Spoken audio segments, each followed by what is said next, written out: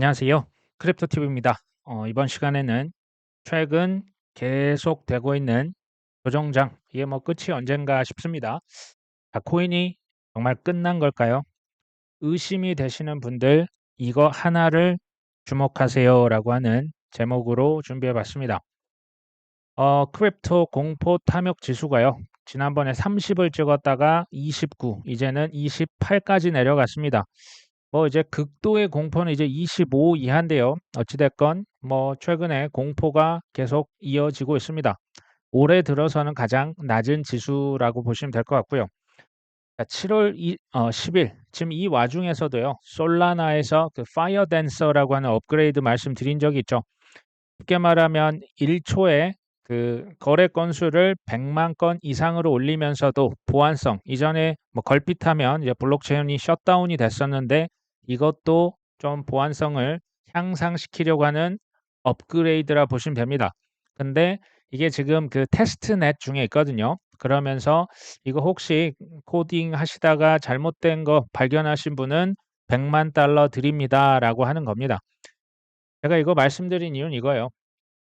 이제 하반기 곧 있으면요. 그 파이어 댄서 솔라나의 아주 큰 실제적인 호재로서 뭐 ETF와 더불어서 작용을 할 겁니다. 자, 가격에 관계없이요. 우량 코인들, 선택받은 코인들, 쓰임을 받을 것이 확실시되는 코인들, ETF가 될 것 같은 코인들은요. 그냥 자기 갈 길 갑니다. 사람들이 자기를 선택을 해 주건 해 주지 않건 그냥 자기 갈 일 잘 가고 있구나. 전 솔라나를 그래서 높이 보고 있습니다. 자, 드래곤플라이 캐피털의 파트너가 있습니다. 토큰 프로젝트 하락장도 견딜 줄 알아야 된다. 사실요, 그 많은 코인 창업자들이 상승장에 맞춰서 코인을 출시한답니다. 그 이유가 뭘까요? 상승장이 되면 그냥 묻지도 따지지도 않고 와서 드르륵 그냥 사버리기 때문에 이때를 맞춰서 출시를 하려고 한다. 뭐 저라도 뭐 10분 이해가 됩니다. 그렇다고 해도 결국은 하락장을 견뎌야 한다.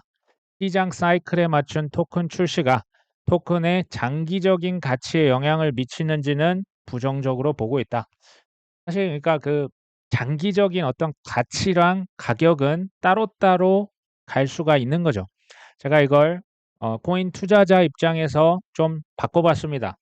다들 상승장에서만 자고 일어나면 50%, 100%, 2배, 3배씩 올라가는 상승장에서만 투자하려고 한다. 이런 얘기 아닐까요? 자, 그렇다고 해도 하락장을, 이런 조정장을 잘 견뎌내야 한다. 뭐 이런 얘기로 전 들립니다. 맞는 말이죠. 상식적으로 세상에 오르기만 한 자산이 있겠습니까? 아무리 오르는 자산, 지금 뭐 인공지능이 너무 과대평가가 된 거 아니냐? 전통 벤처 캐피털, 그 투자하는 회사 세콰이어도 지금 경고를 날렸지 않습니까? 미래 맞죠? 근데 계속적으로 오를 수만 있는 자산은 없습니다. 제가 볼 때 투자 실력자라고 하는 분들은 하락장이나 조정장에서 잘 대응을 하는 사람, 그냥 정확하게 시점을 맞춰서 샀다 팔았다 하면 좋겠지만 그게 불가능한 거죠. 저는 가끔은요. 무대응, 아무것도 하지 않고 있는 게 가장 잘 대응을 하고 있을 수 있다라는 생각을 합니다. 실제로도 투자의 대가들이 코인을 샀다 팔았다를 최소화시킬수록 당신의 수익률은 올라갈 것이다. 그만큼 확실한 기회가 있을 때만 매매를 하자 이런 얘기 했지 않습니까? 자, 일본에 상장 기업이 하나 있습니다. 메타플래닛이라고 있는데요. 비트코인 42.47개를 추가 매수했다고 밝혔습니다. 지금 이 회사는요. 그 일본의 일본판 마이크로 스트래터지입니다. 그 벤치마킹해서 우리도 비트코인 사면 주가 쭉쭉쭉 올려주고 싶어. 우리도 그런 회사가 되고 싶어. 이렇게 밝힌 거거든요. 사실 이런 지루한 조정장이잖아요. 근데 제가 장마에 비유를 했는데 뭐 어느 정도 적절한 것 같습니다. 이런 조정장에서도 그냥 묵묵히 자기 할 일을 하는 회사들, 메타플리닛도 저는 그 중에 하나가 아닌가.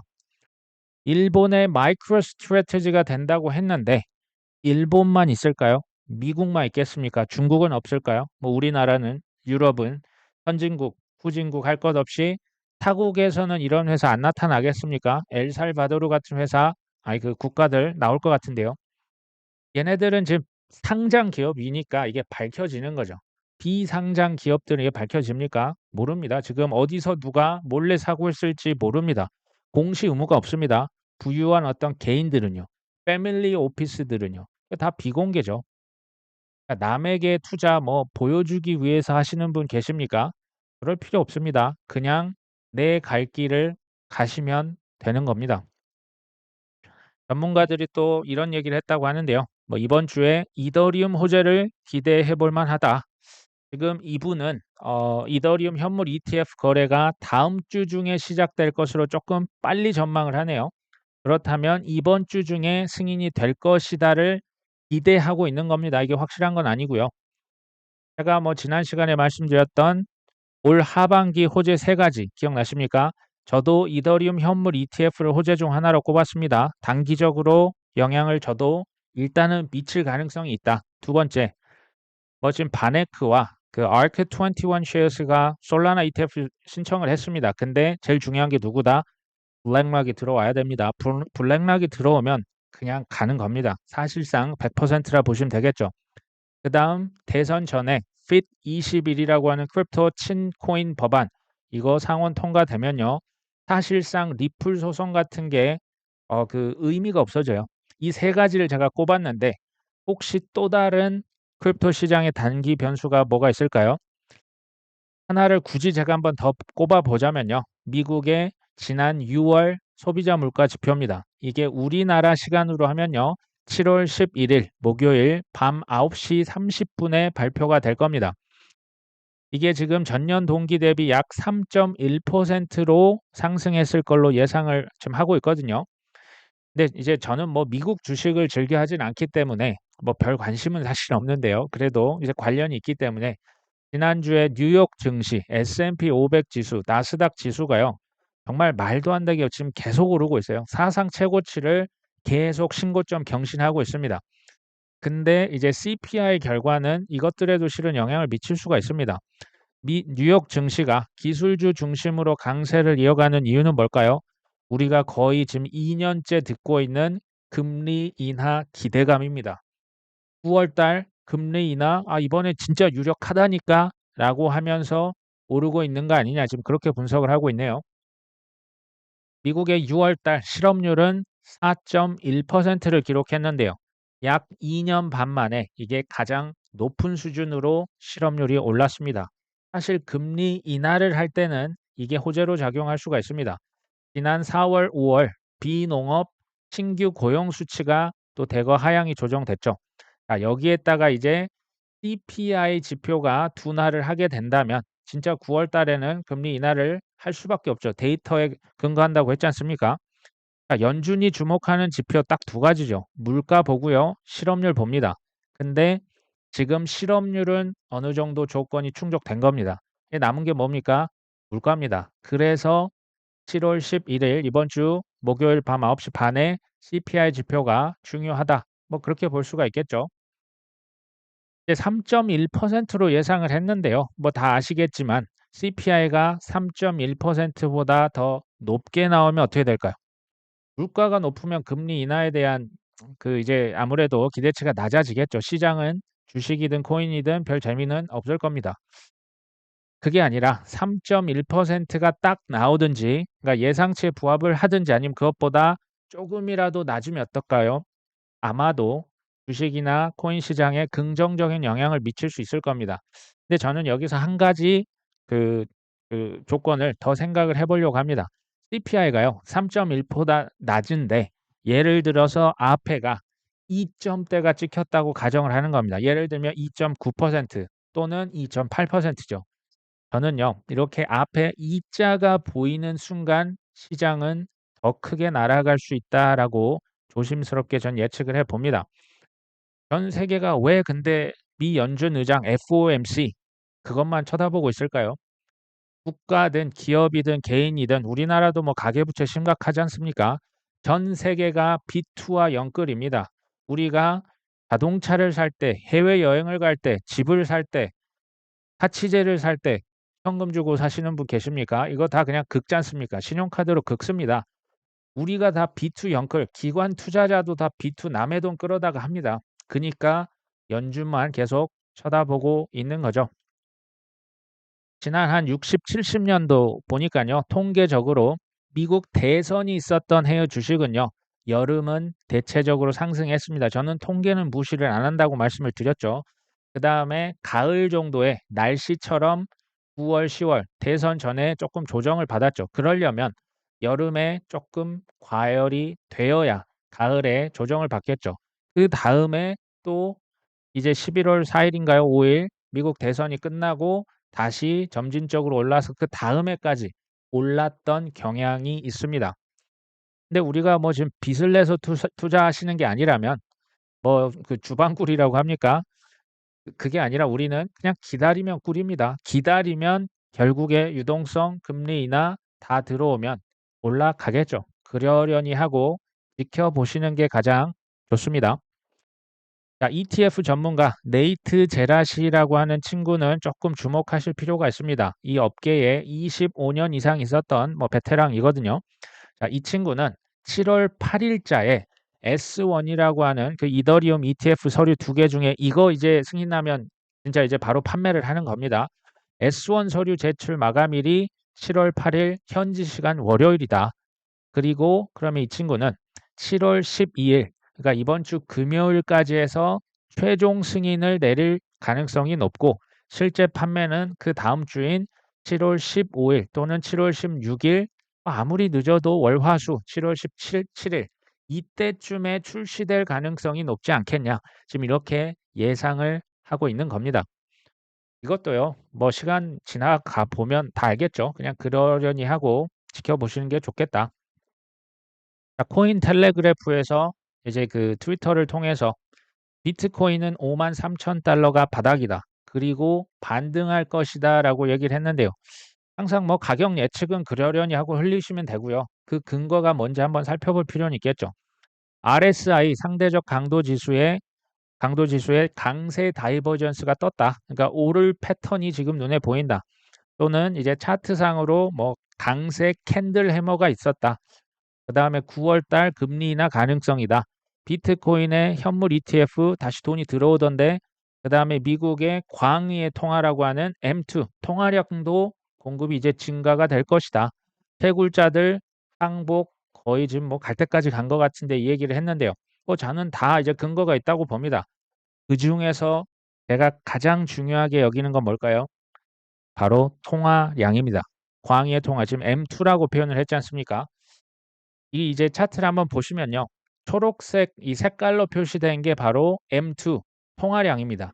쉽게 말하면 그 은행에서 중앙은행에서 돈 찍어낸 거에다가 2년 이내의 예금까지는 다 M2로 들어갑니다. 전 세계의 통화량이 보시면 이 초록색으로 표시가 됐고요. 검정색은 비트코인 가격입니다. 보시면 초록색이 위로 솟아 올라갈 때 비트코인 검정색 가격 어땠습니까? 최고치를 찍고 있죠. 보이십니까? 이 통화량과 그러니까 유동성과 비트코인의 가격이 일치합니다. 작년 하반기에 비트코인 많이 올랐지 않습니까? 그것도 이때 뭐 말로는 QT 긴축한다고 했지만 뒤에 구제금융 은행들 이제 긴급 대출했었던 거 기억나십니까? 이게 비트코인의 가격에 그대로 반영이 된 거예요. 그러니까 전 세계 중앙은행에서 돈을 계속 찍어내면 어떻게 된다? 코인 가격이 많이 올랐다. 사실 코인만 오른 건 아닌데요. 코인이 가장 민감합니다. 그 다음 주식이고 그 다음 채권, 뭐 부동산 이런 순위 되겠죠. 반면에 2015년, 이 지금 빨간색 보이십니까? 통화량이 줄어든 겁니다. 이때 비트코인 가격 어땠습니까? 2015년 이거 겪어보지 않았으면 얘기를 하시면 안 됩니다. 정말 최악이었습니다. 2019년이요. 제가 볼 때 2015년이 더 심했거든요. 어찌됐건 2019년 살짝 빨간색 뭐 어찌됐건 통화량이 찔끔 줄었죠. 그 다음 바닥을 찍은 게 언제인지 아십니까? 22년 하반기. 이때 이제 FTX 사태 있었을 때 기억나십니까? 대략 4년 주기입니다. 대략이죠. 전 세계 중앙은행에서 돈을 긴축한다, 회수한다 이러면 코인 가격이, 주식 가격이 최악을, 그러니까 바닥을 찍었던 거죠. 이게요, 굉장히 중요한 지표가 그래서 되는 겁니다. 이거를 주식 시장 전체로 봐도 이게 맞아떨어집니다.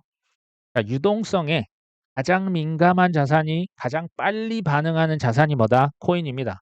그래서 지금 보시면 M2 이 통화량이 최고치를 찍었을 때 보시면 코인도 꼭지를 찍었습니다. 2017년 말이죠. 그다음 21년 초에 꼭지 찍었던 거 기억나십니까? 요약을 하겠습니다.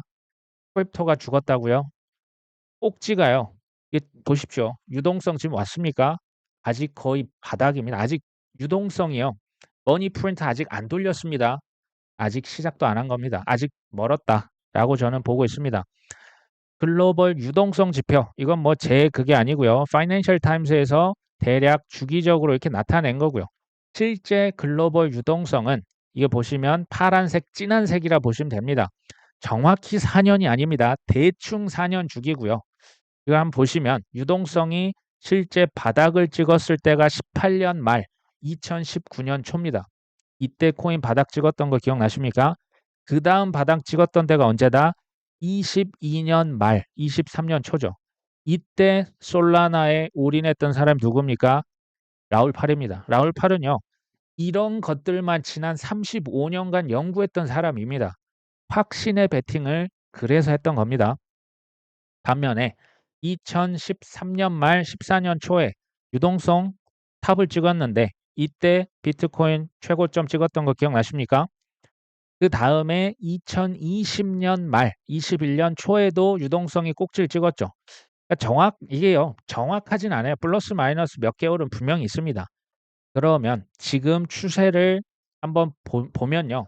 대충 2025년 중반기나 혹은 하반기에 유동성이 꼭지를 찍지 않을까 예상이 되는 겁니다. 그래서 저는 올해보다는 내년에 피크 가능성을 높게 보고 있는 거죠. 그거를 각국 정부 우리나라 포함입니다. 이거 모를까요? 제가 볼 때 세금을 거두려면 우리가 큰 수익을 거둬야만 세금 냅니다. 우리 손해보면 세금 냅니까? 안 냅니다. 저는 이게 그래서 25년으로 어느 정도 맞춰지지 않았나라는 의혹을 가지고 있는 거죠. 다시 말씀드리지만 이거 정확하게 꼭지 바닥 예측하는 것은 불가능합니다. 대략 4년, 3년 6개월도 됐다가 이게 5년으로 늘어지기도 하거든요. 어찌 됐건 유동성 피크는 내년 중반까지는 일단 지켜봐야 된다. 그 언저리가 되지 않겠냐. 이게 26년까지 갈 수도 있습니다. 애쉬 크립토라고 하는 인플루언서가 있습니다. 이 친구가 지금 무슨 얘기 하나 봤더니요. 약 한화로 쳤을 때 22조 원의 스테이블 코인 유동성이 코인 시장 흘러 들어올 것이다. 이런 얘기 한 겁니다. FTX 거래소 얘기를 합니다. FTX가 채권자에게 이제 그 손해 본 사람들에게 상환을 시작을 이제 하려고 합니다. 계획을 짰는데 그것을 뭘로 반환한다? 현금으로. 특히 스테이블 코인으로 상환을 시킬 것이다라고 지금 이 친구가 주장을 하는 겁니다. 사실 이게 사실입니다. 그 계획이 이미 발표가 됐거든요. 8월 16일까지는 FTX 고객들에게 이거 상환 신청해야죠. 이거 나 얼마 잃었다. 신청을 하면 10월 7일에 해당 판사가요. 지금 재판을 여전히 그 뭐 재생 그 복구하는데 그 재판을 하고 있지 않습니까? 그 판사가 FTX가 그 고객들에게 돈 잃어버린 돈 상환을 하는 거 이 계획 승인을 해줘야 됩니다. 그 승인이 10월 7일입니다. 이 승인이 있고 난 다음 2달 이내에 뭘 해야 된다? 돈 다 FTX가 돌려줘야 됩니다. 근데 왜 이걸 지금 호재라고 보고 있을까요? 실제 그러면 채권자들에게 상환되는 시점은 올해 12월 달이 되는 겁니다. 빠르면 올해 12월에서 늦어지면 내년 1월, 2월이 되는 겁니다. 현금으로 상환을 한다? 현금으로 상환을 한다라는 얘기는 이 친구들의 돈이 코인으로 주면 팔 수도 있잖아요. 현금으로 주면 얘네들이 다시 한번 시장을 끌어올리지 않겠냐. 이런 추정을 하고 있다라 보시면 되겠죠. 근데 여기서 한 가지 의구심을 가지셔야 될 게 뭐냐면 왜 현금으로 줄까요? 이게요. 다분히 고의적이고 의도적입니다. 정확한 그 이제 피해자 보상이 되려면 현금으로 받을래 아니면 코인으로 받을래. 마운트곡스는 이거 선택지를 줬습니다. 근데 얘네들은 선택지가 없어요. 오직 현금만으로 상환을 받을 수 있습니다. 자, 그러면서 포브스 기사에 지금 뭐라고 뜬지 아십니까? 기사 이런 겁니다. FTX의 이런 관대한 상환에도 보상에도 불구하고 고객들이 여전히 화가 난 이유는 이게 지금 왜 나온 얘기냐면요. 코인을 현금으로 주긴 주는데 심지어 그때 당시 코인 시세와 그간에 이제 코인 가격이 올랐기 때문에 18% 이자까지 더해서 현금으로 줍니다. 야, 그러면 너 만족해야 되는 거 아니야? 라고 지금 얘기를 하는 건데요. 실제 현황은 이렇습니다. 22년 11월 그때 코인 바닥 아니었습니까? 그때 당시 비트코인 우리 돈으로 하면 2,200만 원이었거든요. 이때 시세로 상환하겠다라는 겁니다. 지금 근데 피해자들은 지금 장난하냐? 지금 비트코인이 8천만 원, 9천만 원, 1억 원인데 2,200만 원 돌려준다고 하면 화가 안 나겠습니까? 당연히 화가 나죠. 그래서 소송에 소송을 계속 불사하고 있는 겁니다. FTX는 뭐라고 했을까요? 야, 그 샘 뱅크먼 그 친구가 돈 다 잃어버렸잖아. 나 그래서 돈 없어. 우리는 그렇게는 못해. 라고 배째고 있는 겁니다. 이해되시죠? 이 기사의 제목이 뭐냐?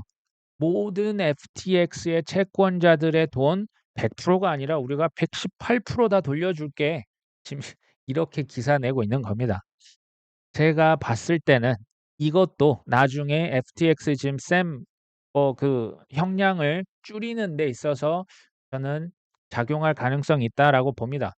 야, 그 채권자 돈 다 돌려줬어 라고 얘기할 수 있는 거죠. 제가 이걸 왜 말씀드리냐면요. 전 세계 금융 세력이라고 하는 친구들이요. 지금 코인 시장, 주식 시장 할 것 없이 그냥 자기 맘대로 들었다 놨다 하는 겁니다. 그의 대표적인 사례가 바로 FTX고요. FTX 때문에 지금 이 하락장이 사실 시작이 어떻게 됐고 완성이 됐지 않습니까? 저는 반대로 FTX에서 뭐 어찌 됐건 이렇게 채권자 상환이 끝나면 시작이 되면서 진정한 불장이 올 것으로 저는 예측을 하고 있습니다. 이전에 JP 모건이 했던 거 기억나십니까? 뭐 7월에 부진했던 것은 뭐 마운트 곡수가 뭐 판다. 뭐 근데 뭐 어느 정도 이 친구들이 아예 허무맹랑한 얘기를 하지 않습니다. 다만 하락장에서는 나쁜 요소를 더 과장하고요. 상승장에서는 그 반대로 할 뿐입니다. 잘 이거 그 분석을 하셔야 됩니다. 그리고 FTX는 이런 얘기 했잖아요. 10월 달 이후에 채권자들에게 140억, 160억, 이거 뭐 우리 돈으로 20조가 넘거든요. 이 현금 상환을 할 건데 이때 채권자들이 코인 다시 살 것 같아. 그래서 시장 오를 걸 이라고 얘기를 한 겁니다. 이건 지켜봐야 될 것 같아요. 뭐 어찌됐건 뭐 긍정적이다. 이제 그런 맥락에서 JP 모건이 얘기를 했었다라는 차원에서 말씀드린 겁니다. 이건요, 그 코인 전체의 시가총액인데 비트코인과 이더리움은 제외한 거죠. 그러면 이제 소위 말하는 순 알트코인의 시가총액입니다. 지금 기존의 최고점 2021년 11월 달에 찍었고요. 뭐 지금은 조금 올랐다가 다시 뭐 망치를 맞은 것처럼 지금 떨어져 있는 거죠. 이제 알트코인이요. 사실 끝났다라고 주장하시는 분들의 의견을 저는 존중합니다. 뭐 그렇게 생각하시면 그렇게 투자를 결정하시면 되겠죠. 근데 그럼 저는 이제 한번 여쭤보고 싶은 게 아까 제가 유동성이 들어올 게 뻔히 보인다. 뭐 금리 인하, 뭐 돈 찍기, 전 세계 선거, 뭐 올해 계속 치러지지 않습니까? 그러면 그 유동성이 어디로 간다는 얘기이십니까? 비트코인과 뭐 이더리움으로만 간다라는 얘기실까요? 그러면요, 이게 무슨 얘기냐? 저도 뭐 이제 언제 상승을 할지, 그러니까 어디까지 올라갈지는 저도 모르죠. 지금 현재 알트코인 시총이 지금 여기에 있습니다. 이전 최고점 대비 좀 많이 떨어져 있죠. 근데 이게 저는요, 앞으로 뭐 조만간이라고 봅니다. 올 하반기 기존의 저항대죠. 이거 뛰어넘고요. 기존의 최고점을 넘으면서부터 진정한 그 소위 말하는 크레이지한 불 모드 도가니탕이 될 수 있다라고 보고 있습니다. 그게 아니라고 이제 주장하시는 분의 얘기는 아마 이거겠죠. 지금의 코인 시총에서 이 밑으로 요만큼 이제 떨어지는 거 얘기하시는 거 아닙니까? 근데요. 그렇다고 해도 지금 여기서 바닥까지 떨어지는 화살표가 깁니까? 위로 솟구치를 올라가는 화살표가 깁니까? 저 같으면 위에 배팅을 할 것 같습니다. 뭐 본인의 자유라고 저는 계속 말씀을 드립니다. 자, 코인 시가총액이 저는 앞으로 그냥 조금 상승이 아니고요. 저는 폭증할 거라고 봅니다. 특히 뭐 RWA다, 뭐 ETF다, 주요 거래소, 대형 거래소에서 상장이 되고 지원이 되는 선택받은 알트코인들이요.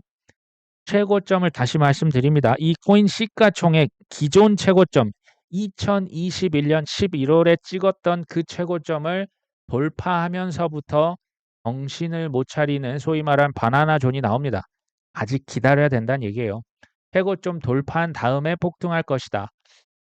이제 알트코인이 불안하다. 불안할 수밖에 없죠. 가격 변동성이 비트, 이더의 뭐 몇 배. 근데 생각해 보시면 그 비트, 이더보다 더 수익률 높은 거 보고 들어오신 거 아닙니까? 그럼 이 정도 변동성은요. 당연한 겁니다. 사실 근데 알트코인 불안하시다. 파인이죠. 그러면 뭐 비트코인, 이더리움만 하시는 게 저는 오히려 나을 수 있다라고 정말 진심으로 생각을 합니다. 비트는 그냥 떨어지면 무조건 사면 돼. 이더리움까지는 뭐 ETF 됐으니까 전 그거 너무나 훌륭한 그 전략이라고 봅니다. 제일 중요한 건 뭘까요? 확신인데요. 지식이 없는 확신은 뭘까요? 맹신입니다. 그냥 묻고 따지지도 않고 더블로 가시면 큰일 나잖아요. 지식을 더하시면서 거기서 나온 확신으로 이왕 여기까지 온 거 좀 더 가보시죠. 오늘 방송 여기까지 합니다. 끝까지 시청해 주셔서 감사합니다.